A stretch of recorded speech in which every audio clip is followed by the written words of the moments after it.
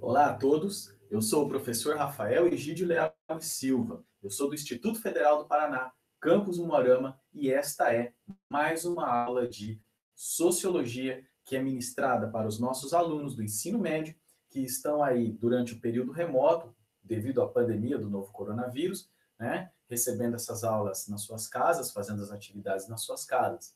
Essa aula ela é gravada através do sistema Meet, mas ela é disponibilizada de forma pública para facilitar o acesso tanto dos meus estudantes quanto aí de quem tiver interesse no conteúdo, em aulas de sociologia, no que essa ciência pode vir a oferecer.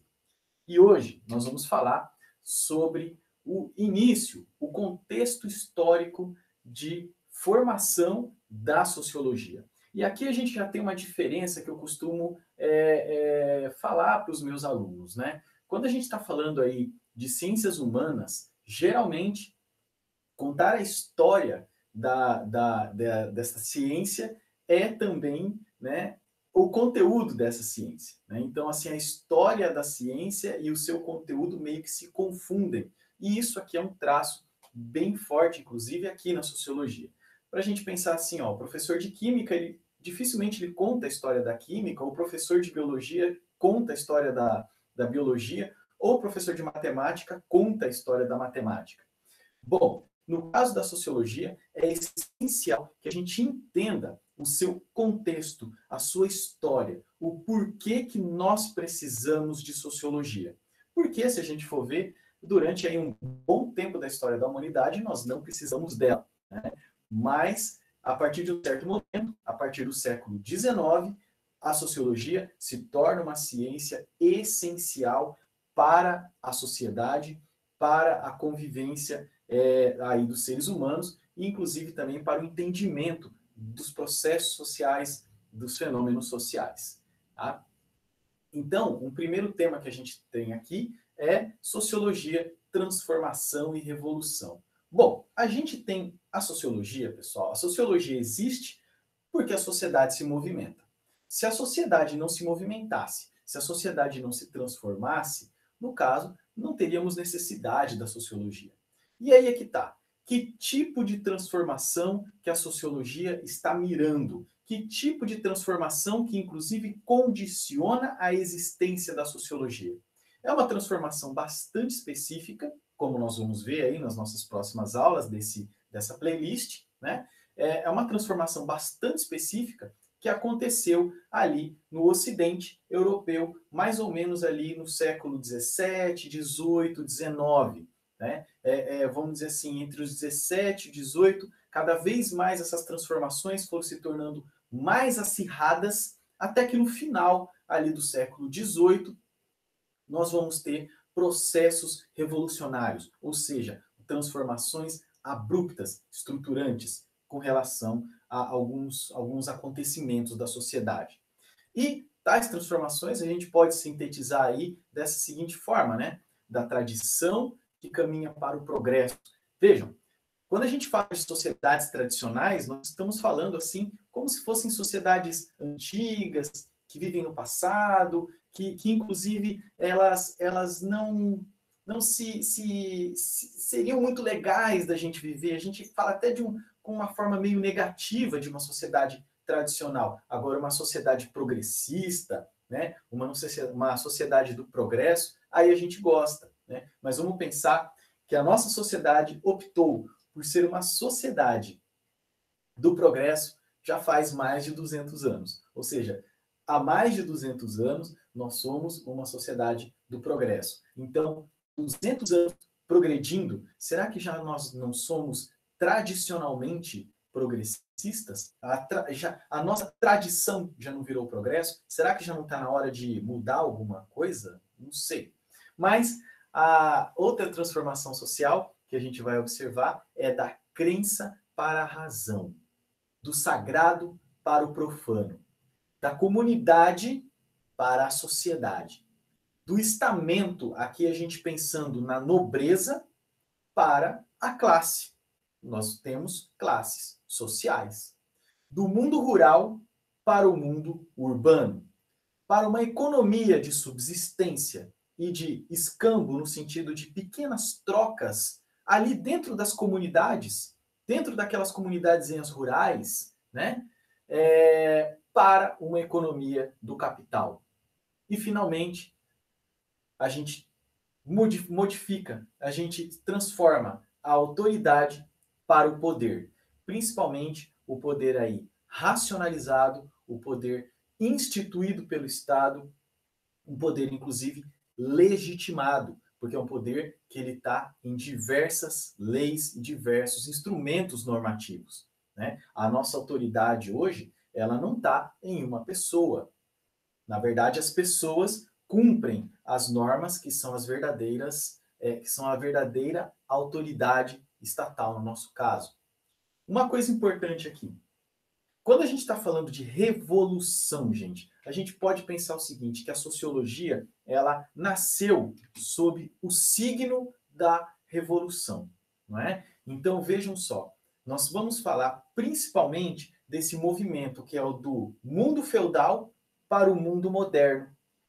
E isso através de 3 revoluções: Revolução Industrial, a Revolução Liberal Burguesa e a Revolução Científica, tá? Qual é o entendimento que a gente vai fazer aqui de revolução? Pessoal, a palavra revolução, ela é uma palavra importada de uma ciência lá no seu nascedouro, né, que é a ciência da astronomia. A revolução era a ideia de que quando um astro completava um determinado caminho, uma determinada órbita, ele fazia uma revolução. Então, a revolução era o caminho completo daquela órbita que determinado astro fazia no espaço. Então, a revolução, pessoal, ela vai ter uma ideia de ciclos que se completam e novos ciclos que se abrem. E isso a gente falando aqui da sociedade. Deixa eu tentar dar um exemplo. Já que nós vamos falar da Revolução Industrial, que inclusive é a nossa primeira revolução que nós vamos entender, a gente precisa entender assim, o que existia antes da Revolução Industrial? Ora, era o mundo rural, o mundo agrícola. Ali em cima, o mundo feudal. Tá? Como gerou a revolução, o mundo agrícola? Justamente a Revolução Agrícola, que aconteceu há cerca de 14 mil anos atrás. Então, de 14 mil anos atrás até cerca de 200 anos atrás, o mundo foi predominantemente agrícola, porque foi dominado, a economia, a forma de se produzir, ela era essencialmente ligada aos processos da agricultura, à criação de animais, aos processos ligados à terra. Quando a gente tem a Revolução Industrial, indica que essa revolução agrícola completou o seu ciclo, mas a partir de agora tem um novo ciclo acontecendo.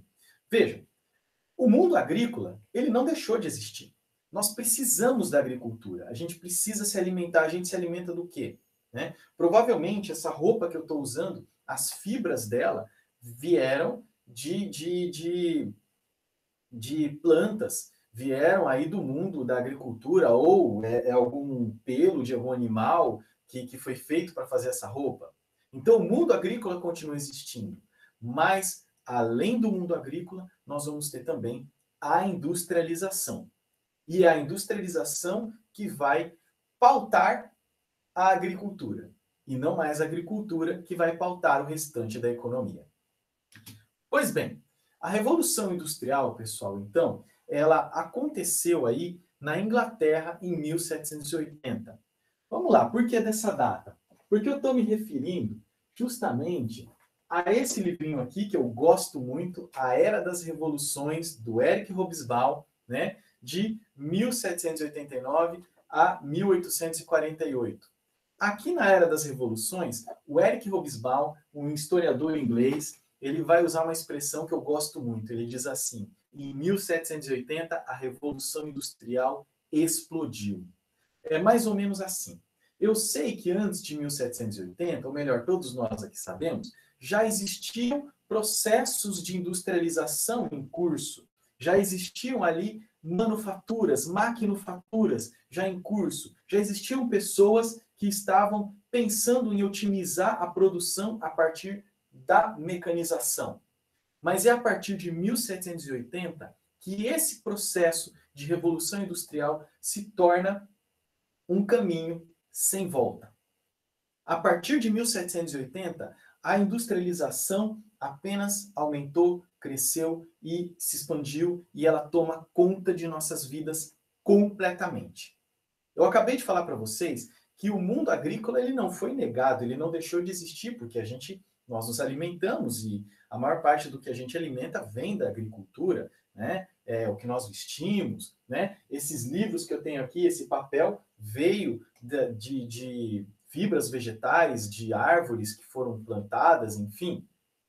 Mas eu venho com a mesma pergunta para vocês. Olhem para vocês e o que não está aí no corpo de vocês ou próximo a vocês que não passou por um processo de industrialização, que não foi industrializado? Provavelmente você vai olhar e você vai se dar conta e falar assim, não, eu não fui industrializado, não é? A princípio, nós não fomos industrializados, a princípio, né? Mas pensem, né? Os médicos gostam de falar assim, você é o que você come. Se nós somos o que nós comemos, poxa, o que a gente come que não é industrializado? O que você come, ou melhor, o que você come que é genuinamente orgânico, que você viu plantar, que você plantou, a gente não consegue mais fazer isso. Nós, inclusive, toda a nossa alimentação ela é baseada em processos industriais. Então, gente, a industrialização ela foi essa transformação econômica que passou do mundo rural, dessa economia ligada ao mundo da agricultura, para o mundo da industrialização, onde, a partir de agora, o consumo humano ele vai acontecer a partir de produtos que tiveram, em algum grau, um momento de industrialização. Eles tiveram que passar por uma mecanização, eles tiveram que passar por uma padronização, eles tiveram que passar por uma divisão social do trabalho. A industrialização também, pessoal, ali no final do século XVIII, no século XIX, ela foi uma transformação urbana. A gente não pode dizer que foi uma revolução urbana, mas ela foi uma transformação. Porque, de fato, a partir da industrialização, realmente a cidade se torna o centro da vida social. Até 1780 existiam cidades muito importantes na Europa, na Ásia, até nas Américas, mas a cidade ela era condicionada com o que acontecia no meio rural. O meio rural ainda detinha um certo poder sobre a cidade, mas a partir da industrialização acontece o contrário. A cidade se torna o centro da vida social, o centro, inclusive, do poder. E você começa a ter, inclusive, cidades que são construídas para a industrialização. Cidades imensas, que apenas serviam como repositório de trabalhadores das indústrias na Europa, na Inglaterra, na França, na Alemanha, em vários lugares. A gente começa a ter essa existência. Inclusive, até aqui no Brasil, nós temos cidades, se vocês repararem, né, elas foram construídas apenas para servir para a industrialização. E a industrialização também foi, gente, uma transformação política. Claro que eu coloco um ponto de interrogação ali, né? Porque nós temos uma outra revolução que trata exclusivamente da política. Mas com a industrialização, finalmente, o mundo político, o Estado, ele passa a ser colocado como um garantidor das classes econômicas, das classes detentoras do poder econômico, que são os industriais. O Estado ele se coloca a serviço e garantidor de que a indústria, os industriais serão incentivados em determinados estados. Então, a industrialização, pessoal, ela foi aquele momento onde a força animal, né, seja lá a força de animais ou a mesma força humana, porque a nossa força também é animal, né, ela é substituída pela maquinofatura. Não é? Então, nós vamos ter máquinas que cada vez mais vão sendo desenvolvidas, tá? E a divisão social do trabalho. Se antes da industrialização um homem construía sozinho uma carruagem, por exemplo, com a industrialização ele passa a fazer apenas a roda, ele passa a fazer apenas o feltro da cabine, ele passa a fazer apenas os bancos. Ele não faz mais o processo inteiro. Agora nós temos a divisão do trabalho. No século XX, pessoal, a industrialização, que se torna uma industrialização massiva, ela vai trazer para nós 3 formas de organização do trabalho industrial. Não são 3 formas, vamos dizer assim, diferentes, são 3 formas, vamos dizer assim, que vão melhorando com o passar do tempo. Tá? Nós vamos estudar especificamente cada uma delas, o Taylorismo, o Fordismo e o Toyotismo. Mas, por enquanto, o que eu posso dizer para vocês é que o Taylorismo faz com que a produção industrial se torne racionalizada. O Taylorismo coloca algo que é chamado de administração científica do trabalho, ou seja, o trabalhador produz, o trabalhador opera a máquina, mas ele não pensa sobre ela, ele não pensa sobre a sua produção. Quem pensa é um administrador que está ali do lado, com uma pranchetinha, anotando o que esse cara tem que fazer. Fordismo, que vem aí das indústrias Ford, fundado pelo Henry Ford, né? O Fordismo, ele é aquele cara que vai colocar a esteira, a famosa esteira de produção, onde a produção, os operários ficam numa espécie de fila, e a esteira vai passando com o produto, e cada um vai lá apertando uma porca, coloca ali um item no produto, no caso no carro, coloca o banco, aí o carro vai um pouco mais para frente, vem alguém, coloca o motor, e no final tem o carro lá. O Ford também, pessoal, ele fazia algo que era a seleção moral dos seus trabalhadores. O Ford estava sempre de olho se tinha alguém bebendo, se tinha alguém frequentando prostíbulo, se tinha alguém traindo a esposa. Ele estava sempre de olho nisso nos seus trabalhadores. E isso por quê? Porque um trabalhador que bebe, no outro dia ele não vai conseguir desempenhar igual a sua função. E veja, a esteira ela tem um tempo, ela tem uma racionalidade. Se você não faz o que você tem que fazer naquele devido tempo, toda a produção é prejudicada. Então o Ford ele ficava muito de olho nesses aspectos dos seus trabalhadores. O toyotismo, pessoal, que é da indústria Toyota, né, é aquele momento onde a produção se torna absolutamente fechada no produto, né? Por exemplo, uma fábrica da Ford era uma fábrica gigantesca, né? Tinha lá milhares de funcionários, né? Tinham várias esteiras, para cada tipo de carro tinha uma esteira. No caso da Toyota, não. A Toyota vai ser uma fábrica com poucos funcionários, o suficiente para se produzir um determinado carro num determinado tempo. As esteiras, elas são reduzidas também, então você tem uma esteira que produz vários tipos de carro. E a Toyota também, ela tem um controle absurdo das peças e dos componentes que cada carro possui. Então, se, por exemplo, um carro da Toyota vai, sei lá, 10 mil parafusos, os funcionários têm à disposição deles 10 mil parafusos para colocar naquele carro. Não é 9.999, não é 10.001.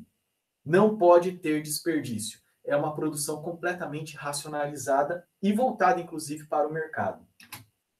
E, finalmente, pessoal, vamos falar aqui a respeito das fases da industrialização, né?